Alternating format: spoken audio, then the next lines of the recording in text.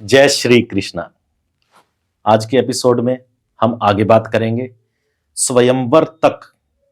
हमने कल के एपिसोड में बात की थी महाभारत में जिस समय विचित्रवीर्य ने गद्दी संभाल रखी है, उस समय शासन की बागडोर यूं तो हाथ में है विचित्रवीर्य के, परंतु भीष्म सारा शासन व्यवस्था देखते हैं, सारे काम सुचारू रूप से चलते रहते हैं।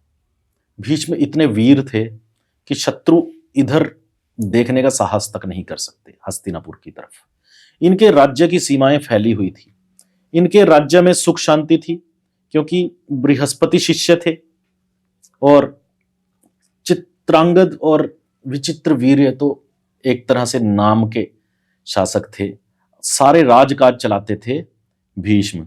तो राजकाज में कुछ कार्य ऐसे भी होते हैं जो कि राजाओं के हित के होते हैं। महारानी सत्यवती जो भी आदेश देती उन आदेशों का भी पालन होता, परंतु असली काम कर रहे थे पितामह भीष्म। महारानी सत्यवती उनसे परामर्श लेकर ही कोई आदेश देती थी और एक तरह से सौतेली माता है, परंतु बहुत अच्छे संबंध हैं आपस में और आज्ञा का पालन भी करते हैं। और ये फिर हैं भी धर्मज्ञ लोग, तो बहुत अच्छे से शासन चल रहा है। तो काशी के नरेश होते हैं, काशी के नरेश स्वयंवर रचाते हैं। तो उनके यहां 3 रानियां थी, अंबा, अंबिका, अंबालिका। जो अंबा है, इसमें से अंबा का प्रेम संबंध होता है शाल्व नरेश के साथ। अब ये दोनों नाम आपको याद रखने हैं, शाल्व और अंबा। ये दोनों बहुत ही महत्वपूर्ण हैं इस कहानी में। अब ये जो अंबा, अंबिका और अंबालिका हैं, इन तीनों में से केवल अंबा को आपने अच्छी तरह से याद रखना है, ठीक है।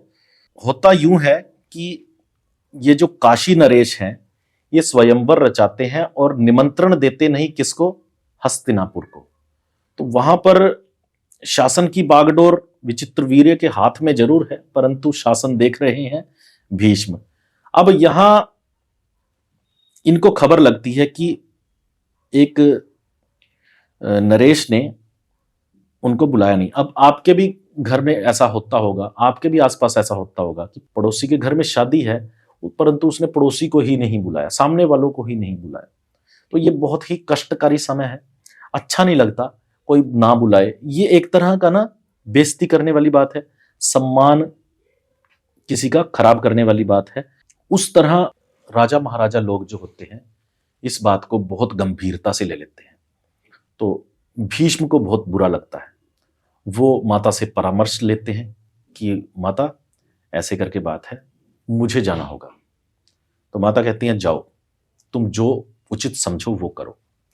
तो यहां पर विचित्रवीर्य का प्रतिनिधित्व करते हैं भीष्म।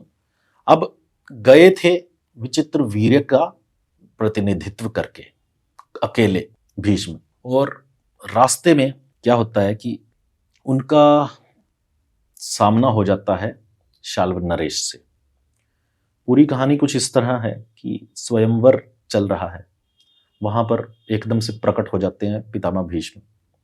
वहां पर जाकर वो अपने धनुष की टंकार से सबको डरा देते हैं और कहते हैं कि ये जो स्वयंवर हो रहा है, इस स्वयंवर में आपने हमें निमंत्रण नहीं दिया, यह हस्तिनापुर का अपमान है। हम इस अपमान के लिए आपको क्षमा करते हैं, परंतु हम इसकी एवज में इन तीनों रानियों को साथ लेकर जा रहे हैं, क्योंकि हम समझते हैं कि ये जो आपके परिवार का, आपके कुल का संबंध हस्तिनापुर के साथ लंबे समय से है, ऊपर से आपने हमें बुलाया भी नहीं, इससे हमारा अपमान हुआ। उस अपमान की क्षति के रूप में हम ये तीनों रानियों को हर कर लेके जा रहे हैं। उस समय क्या होता था कि बलपूर्वक किसी रानी को, किसी स्त्री को हरण करके ले जाया जा सकता था और वो उसे विवाह ही समझते थे, यह भी एक तरह का विवाह ही होता था उस समय। तो विधि विधान से विवाह बाद में होगा, परंतु वो हरण करके लेकर जा रहे हैं भीष्म। तो वहां किसी की बोलने की हिम्मत वैसे तो होती नहीं, परंतु वहां एक व्यक्ति अवश्य बोलते हैं, वो है शाल्व नरेश। शाल्व वही है जो अंबा के प्रेमी हैं, वहां पर उस सभा में उपस्थित होते हैं। तो यहां रोकने का प्रयास किया जाता है, परंतु पितामह भीष्म को उस समय कोई नहीं रोक पाता। रास्ते में जाते हुए शाल्व नरेश उनका पीछा करते हैं और सेना लेकर पहुंच जाते हैं। भीष्म के सामने शाल्व नरेश आते हैं तो भीष्म बाणों से उसे घायल कर देते हैं और एक तरह से उसे जीवन दान दे देते हैं।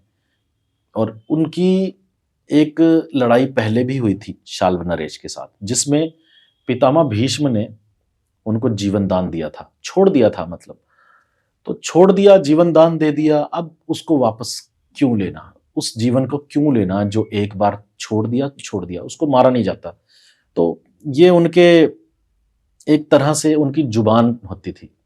पितामह भीष्म कुछ इस तरह कहते हैं कि मैंने जो चीज एक बार दे दी वो मैं वापस नहीं लेना चाहता, इसलिए तुम्हें इस बार भी मेरा रास्ता रोकने की धृष्टता करने के जुर्म में मैं तुम्हें फिर क्षमा करता हूं, प्राण नहीं लेना चाहता, परंतु घायल करके छोड़ दिया। अब शाल्व नरेश को बड़ा अपमान लगता है इससे। अब तीनों रानियां लेकर वो जा रहे हैं हस्तिनापुर की ओर। अब यहां बड़ा स्वागत होता है इनका। हस्तिनापुर में 3 रानियां आती हैं और लेकर आते हैं, हरण करके ले आए भीष्म।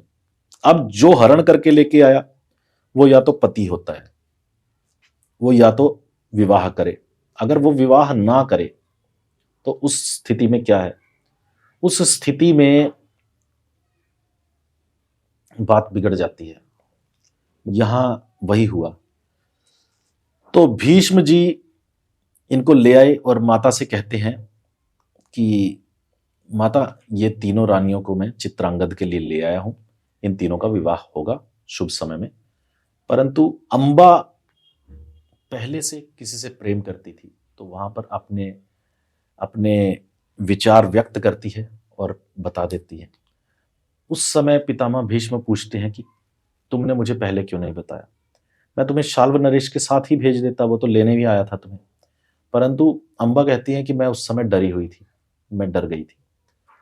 तो भीष्म सेना की एक टुकड़ी के साथ अंबा को शाल्व नरेश के पास भेजते हैं, शाल्व की सीमा में भेज देते हैं। वहां पर वो हैं तो प्रेमी प्रेमिका, परंतु राजाओं की शान होती थी।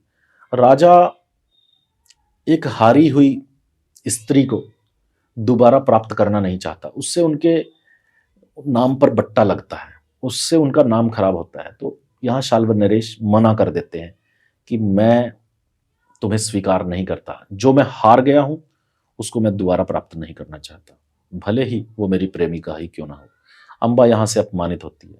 अंबा फिर जाती है भीष्म के पास कि शाल्व नरेश ने मेरा अपमान कर दिया, अब मेरे पास और कोई चारा नहीं, तुम मुझसे विवाह करो। परंतु पितामह भीष्म तो पहले से प्रतिज्ञा ले चुके हैं, जिसे भीष्म प्रतिज्ञा के नाम से जाना जाता है कि मैं आजीवन ब्रह्मचारी रहूंगा और ब्रह्मचारी ही मरूंगा कहते हैं।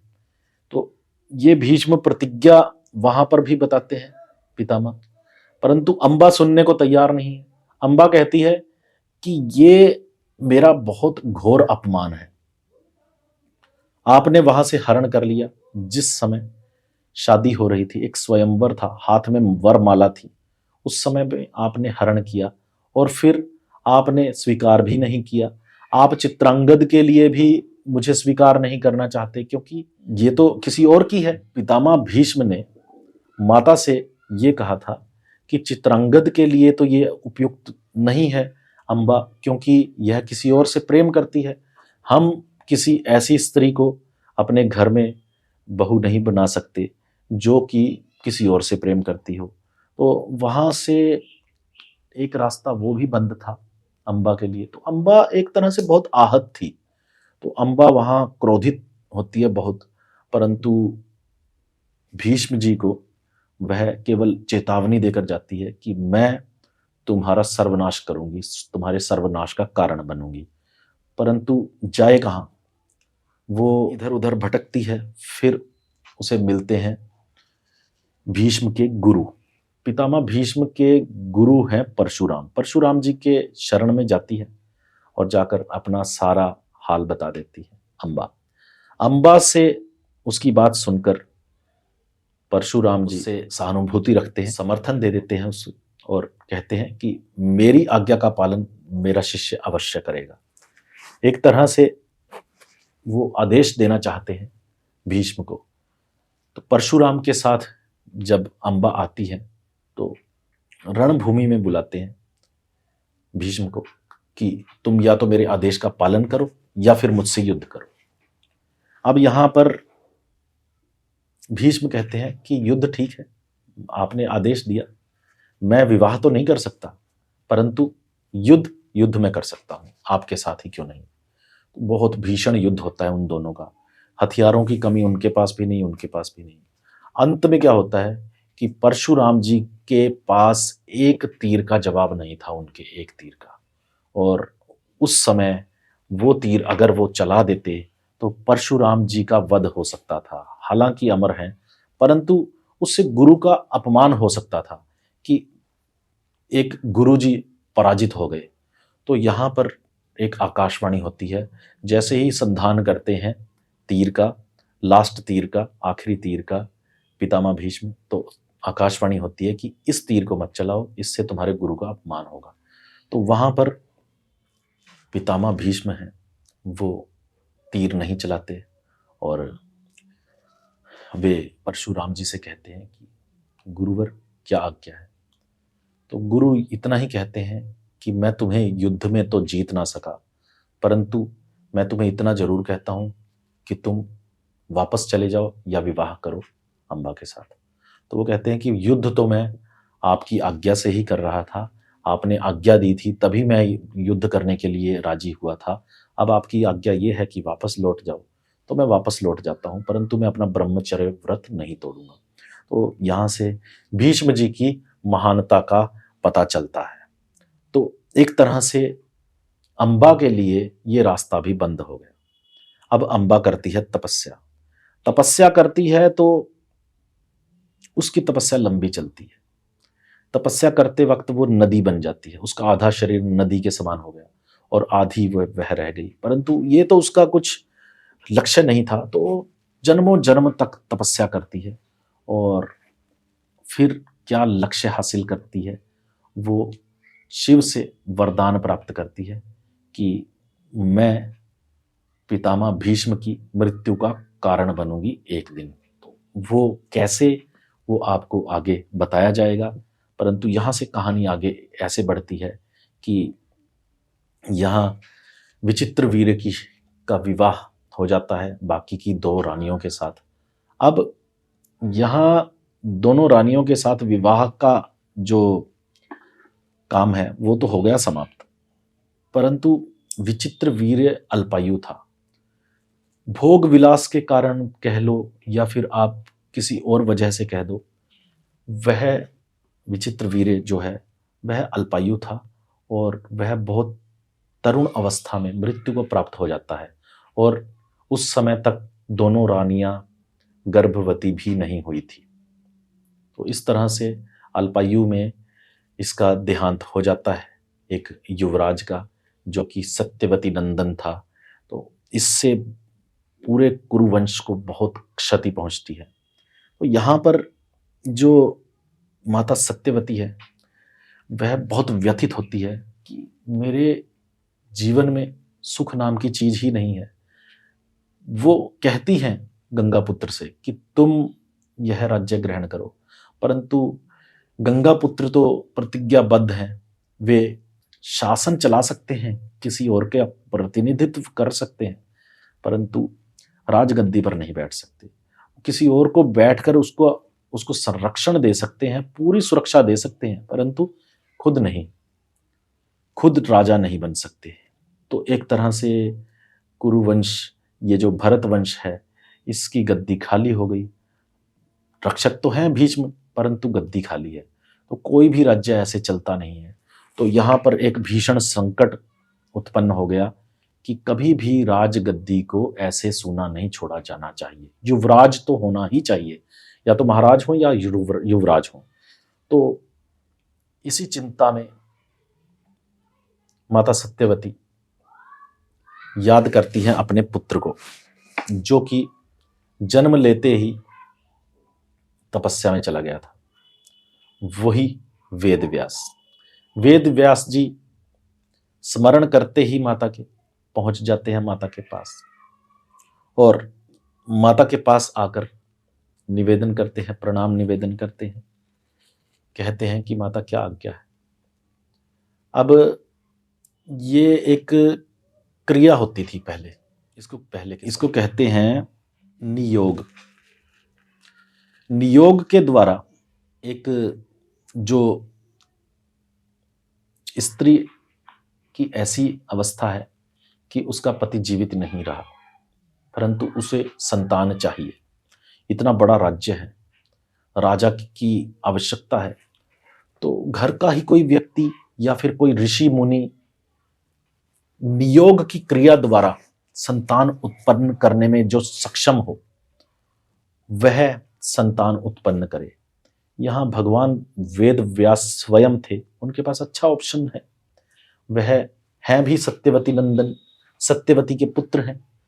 तो वह कहती हैं ऋषि से, ऋषि वेद व्यास से, कि आप इन दोनों रानियों को संतान प्रदान करें। तो दिव्य दृष्टि द्वारा कहें या फिर शक्ति के द्वारा कहें, परंतु भगवान वेद व्यास संतान देने में सक्षम थे। तो उसके लिए वह समय मांगते हैं माता से कि 1 वर्ष का समय लगेगा, समय तो नहीं है। अब यहाँ पर भगवान वेद व्यास जी को माता कहती हैं, आदेश देती हैं कि आप इन दोनों रानियों को पुत्रवती कर दो। तो यहाँ दोनों रानियों को एक कक्ष में मिलना था वेद व्यास जी को। अब एक एक करके यह क्रम से यह कार्य संपन्न होना था। नियोग क्रिया द्वारा इसको कहें या फिर शक्ति के माध्यम से, परंतु यह संतान उत्पन्न करने के लिए एक प्राचीन भारत में एक क्रिया थी जिसका बहुत स्पष्ट उल्लेख नहीं मिलता है, परंतु भगवान वेद व्यास जी कक्ष में प्रवेश करते हैं अंबिका और अंबालिका के एक एक करके। तो यहाँ एक प्रॉब्लम थी कि भगवान वेद व्यास देखने में रूप उनका बहुत उत्तम नहीं था, इसी के लिए वो 1 वर्ष का समय मांग रहे थे। उनका रूप ऐसा था जो कि डरावना लगता था। तो जो रानियां थी वो बहुत सुकुमारी थी, बहुत ही सौम्य थी। तो पहली रानी के पास जब जाते हैं भगवान वेद व्यास, उनकी आंखों में आंखें डालकर देखते हैं तो वह रानी डर जाती है। तो आंखों के द्वारा ही यह क्रिया संपन्न होती है और वो गर्भवती हो जाती हैं। परंतु भगवान वेद व्यास माता सत्यवती को कहते हैं कि यह जो रानी थी यह डर गई मुझे देखकर, संतान तो उत्पन्न अवश्य होगी, परंतु संतान अंधी होगी, नेत्रहीन होगी, उसने आंखें बंद कर ली मुझे देखकर। तो यहाँ माता बहुत निराश होती हैं, क्योंकि यह तो एक दुर्भाग्य की स्थिति थी कि ऐसा कैसे हो गया। तो अपने पुत्र को, व्यास जी को, माता सत्यवती फिर कहती हैं प्रयास करने को, एक प्रयास और करो पुत्र, जैसे अंबिका है वैसे अंबालिका है। तो जो दूसरी रानी है उसके कक्ष में जाएं, उससे पहले दोनों रानियों ने आपस में बात की तो पता चला कि जो ऋषि हैं वो बहुत इस तरह से, मैं उन्हें देखकर डर गई। तो रानी दूसरी रानी से बात करती है। तो दूसरी रानी भी डर जाती है। वह एक प्रपंच करती है, वह बुला लेती है अपनी दासी को। वो कहती है कि मेरे स्थान पर तुम बैठ जाओ। तो वहां पर जो दासी है वो दासी उस कक्ष में प्रवेश करती है जहां पर यह वेद व्यास जी उनसे मिलने वाले थे। वेद व्यास जी उस रानी को देखते हैं तो वो रानी बिल्कुल भी नहीं डरती, उनका बिल्कुल भी कोई प्रतिक्रिया नहीं होती वो दासी की। तो दासी थी, परंतु वेद व्यास जी ने देखा कि ये तो उन्होंने दासी को भेज दिया, यह एक प्रपंच हो गया। तो माता को बता देते हैं वेद व्यास जी। तो यहाँ माता फिर से प्रयास करने को कहती हैं। अब की बार रानी को उनका सामना करना था, दूसरी रानी को। तो जब दूसरी रानी सामना तो करती है परंतु थोड़ी सी प्रिपेयर्ड थी तो वो डरती हैं अवश्य, परंतु वो आंखें बंद नहीं करती। तो इससे क्या होता है कि डरने के कारण रंग पीला पड़ जाता है। तो जो बच्चा उत्पन्न होगा वो जन्म से ही पीलिया रोग से ग्रसित होगा या कमजोर होगा या फिर अल्पायु होगा। इस तरह से वेद व्यास जी ने माता सत्यवती को कहा कि इस तरह से 3 पुत्र होंगे, एक होगा नेत्रहीन, दूसरा होगा बिल्कुल स्वस्थ, वो दासी पुत्र होगा, और तीसरा होगा स्वस्थ नहीं होगा पूरी तरह से, लेकिन वो बहुत वीर होगा और बहुत सुंदर बालक होगा, परंतु होगा अल्पायु। तो इस तरह से विडंबना हुई, परंतु जो होना था वो हो गया। अब यहाँ वेद व्यास जी चले जाते हैं अपने आश्रम में और तीनों रानियों को पुत्र उत्पन्न होते हैं।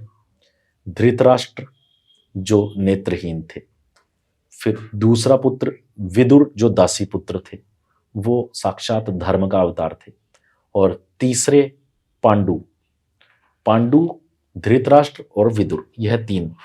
ठीक है, तो इस तरह से ये कथा आगे बढ़ती है।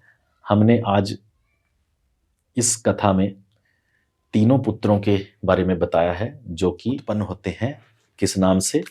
धृतराष्ट्र, पांडु और विदुर। बड़े हैं धृतराष्ट्र, पांडु हैं छोटे, और विदुर तो दासी पुत्र हैं। उनको तो आप अलग से गिनेंगे, परंतु उनका भी बहुत महत्वपूर्ण रोल रहेगा, क्योंकि वह भी राजपुत्र ही हैं, वह भी उनके साथ बराबर के पुत्र हैं, तो भाई ही हुए एक तरह से। तो आज के एपिसोड में इतना ही, कल फिर मिलते हैं, तब तक के लिए मुझे इजाजत दीजिए। धन्यवाद, नमस्कार, जय श्री कृष्णा।